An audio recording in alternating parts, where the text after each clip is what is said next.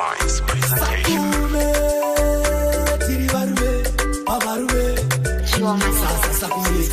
Mwari ninokumbira, baba ndinochemera, zvakanaka ndozvikamochera, upenyu ndichifarira.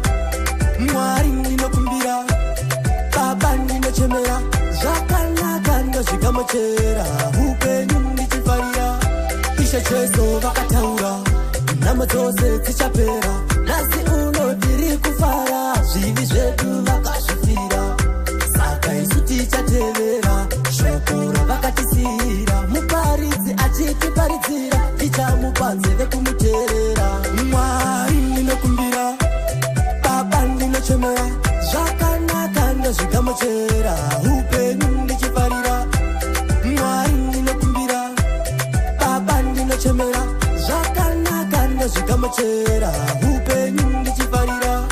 Ishe ndachema, Mwari baba ndapfugama, ndinotodawo kufuma, nyangwe ndiri mutema, ndinoda kufamba nebhima everyday ndichidya maobhama.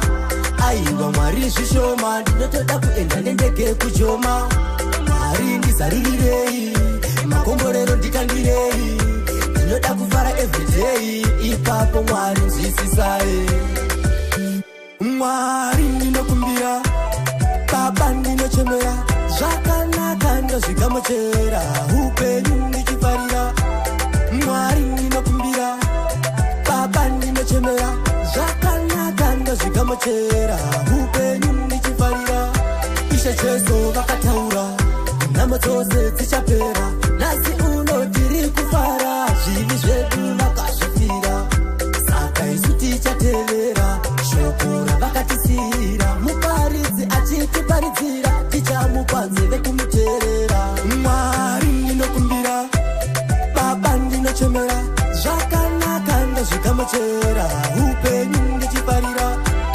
Mwari ndinokumbira, baba ndinochemera, zvakanaka ndozvikamochera, upenyu ndichifarira. Master begging from on the Rosa Masere. Are you ready for the Sakuman?